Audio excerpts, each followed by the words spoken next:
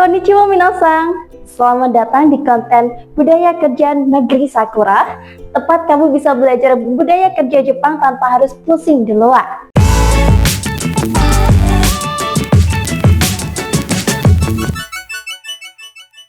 Pernah gak sih kamu udah kerja sebaik mungkin, tapi ujung-ujungnya malah kena tegur atasan?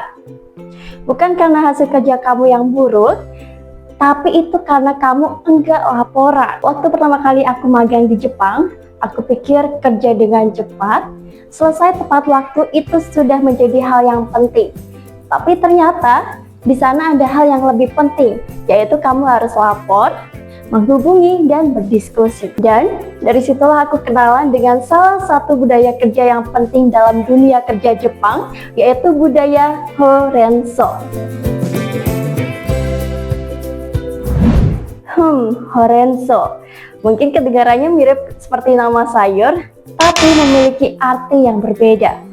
Horenso sendiri terdiri dari 3 singkatan, yaitu Hokoku, Renraku, dan Soda. Oke, sini aku jelasin penjabaran arti dari Hokoku, Renraku, dan juga Soda. Yang pertama, Hokoku. Hokoku artinya kamu melaporkan semua tugas kamu kepada atasan. Tanpa perlu menunggu, kamu harus melaporkannya kepada atasan, entah itu tugas kamu sudah selesai atau belum selesai. Yang kedua, Renraku, artinya menghubungi. Ketika kamu ada perubahan jadwal, atau keterlambatan, atau ada kondisi yang mempengaruhi sebuah pekerjaanmu, maka kamu harus segera menghubungi atasan atau rekan kerja kamu. Bahkan ketika kamu memiliki keterlambatan 10 menit, kamu harus segera melaporkannya kepada atasan ataupun rekan kerja kamu. Yang ketiga adalah sodan, artinya berkonsultasi. Jika kamu memiliki sesuatu hal yang ragu, maka kamu harus berkonsultasi dengan rekan kerja ataupun atasan kamu. Atau jika kamu memiliki sebuah kesalahan, jangan sampai kamu menghadapinya sendirian. Kamu harus berkonsultasi dengan atasan kamu apa yang harus kamu kerjakan.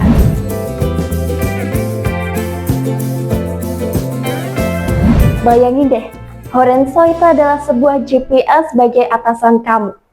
Jika kamu tidak melapor kepada atasan kamu, maka atasan akan bingung dengan hasil kerja kamu di lapangan. Mereka tidak tahu apa yang kamu lakukan atau apa yang sedang kamu kerjakan saat ini. Hal kecil yang gak disampaikan oleh kamu itu takutnya nanti akan menimbulkan sebuah masalah, entah bagi kamu ataupun bagi atasan kamu. Di Jepang, kerja itu bukan soal kamu bisa atau enggak, tapi soal kamu bisa dipercaya oleh tim atau tidak. Kalau kamu gak ngabarin, kamu bisa dapat teguran dari atasan kamu loh. Makanya, Horenso itu bukan sekedar sebuah sopan santun, tapi adalah fondasi penting dalam dunia kerja Jepang. Tanpa Horenso, kamu bisa kena tegur oleh atasan ataupun pelanggan, bahkan kamu bisa dianggap tidak profesional. Sedangkan dengan Horenso, maka kepercayaan dari staf dan atasan terhadap kamu akan meningkat, lalu sebuah masalah dapat dicegah sebelum terjadi, dan sebuah pekerjaan akan lebih efisien dan lebih teratur. Nah, dari sini sudah jelas ya, bahwa Horenso itu bukan sebuah tata krama, tapi adalah sebuah kunci keberhasilan kamu agar pekerjaan lebih lancar dan profesional.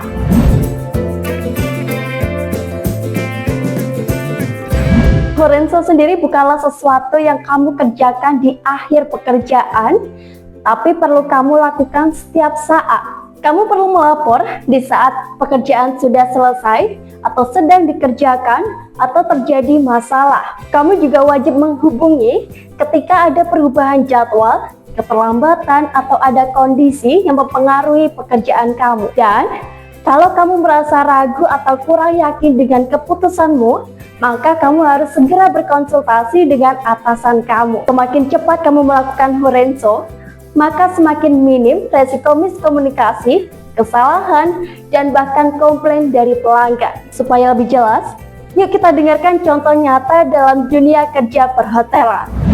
Otsukaresama desu, fronto no onsa desu.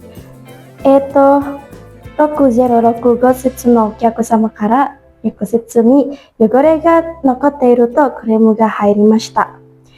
どういう状況か説明してもらえますか？申し訳ございません。実は浴室のシミがどうしても落とせず対方法がわからなくて、そのままにしてしまいました。なぜその時点で報告や相談をしなかったのですか？連絡をもらえればすぐに対応できたはずですよ。本当に申し訳ありません。Nah, itu tadi adalah sebuah contoh Horenzo jika tidak dilakukan dengan benar, dampaknya langsung terasa ke operasional hotel, bahkan bisa menurunkan kepercayaan dari pelanggan. Sekarang yuk kita dengarkan contoh Horenzo yang perlu dilakukan jika kalian terkena masalah di lapangan. Berikut ini percakapan dari staf dan atasan jika melakukan Horenzo dengan benar. Hai, fronton no unsa desu. Nanika o tatsudai dekuru koto wa arimasu ka? お疲れ様でございます。精査担当のファティマでございます。現在5階の10部屋のうちに7部屋の設が完了いたしております。残り3部屋につかましては19時までに修理をする予定でございます。報告ありがとうございます。ちなみに今日の午後、エレベーターが点検でしばらく使えなくなる予定ですけど、知っていますか？はい、承知いたしております。その件につきましてご連絡を申し上げようと存じておりました。点検中は階段を使用し、作業を使わさせていただく予定でございます。それと救急車ではございますが、ご相談をさせていただきたい過去をございます。606と浴室に落ちにくいシミがございまして、対応方法につきましてご確認でいただければと存じします。はい、わかりました。じゃあ後で606号室を一緒に見に行きましょう。それまで他の部屋の清掃を進めておいてください。かしこまりました。ご多答いただきありがとうございます。それでは引き続き作業を進めさせていただきます。はい、よろしくお願いします。何かあればすぐに連絡してください。失礼いたします。Nah, minasan, sekarang kamu sudah mengerti kan soal Horenzo? Bukan cuma sekedar teori, tapi kamu bahkan sudah melihat bagaimana cara Horenzo itu diterapkan dalam dunia kerja Jepang. Biar kamu makin siap kerja di Jepang, ini dia beberapa tips buat kamu untuk melakukan Horenzo dengan lebih baik.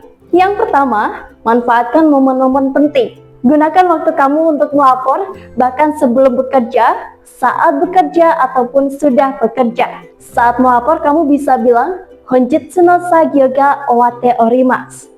Artinya, pekerjaan hari ini sudah selesai. Yang kedua, jangan menunggu untuk disuruh. Inisiatif itu adalah nilai plus bagi kalian.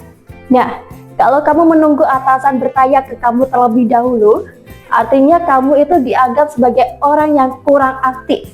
Mulailah duluan dengan berbicara, Skoshi go hokoku sasete itadaite mo yoroshiu deshou ka?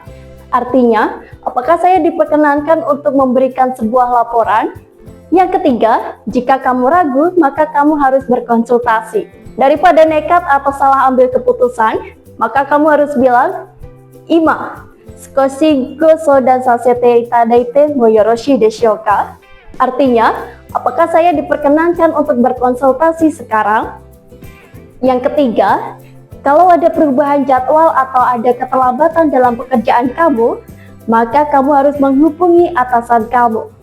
Jangan tunggu sampai ditanya, kamu harus menjelaskan dengan sopan dan santun. Kamu bisa menggunakan pola kalimat berikut.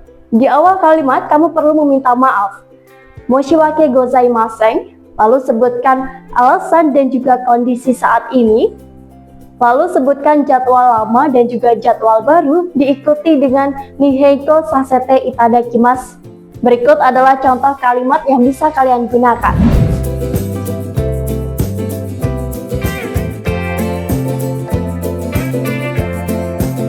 Selanjutnya, kalau kamu terlambat, usahakan untuk menghubungi terlebih dahulu sebelum shift kamu dimulai. Usahakan memberitahukan sebelum jam kerja kamu dimulai dengan menyertakan alasan dan perkiraan jam tiba kamu. Kamu bisa menggunakan pola kalimat berikut. Nah, di awal percakapan, kamu perlu meminta maaf terlebih dahulu dengan menyebutkan Moshiwake gozaimasen, lalu menyebutkan alasan. Selanjutnya, kamu bisa menyebutkan berapa lama kamu terlambat, Lalu dilanjutkan dengan perkiraan jam tiba kamu. Berikut adalah contoh kalimat yang bisa kalian gunakan.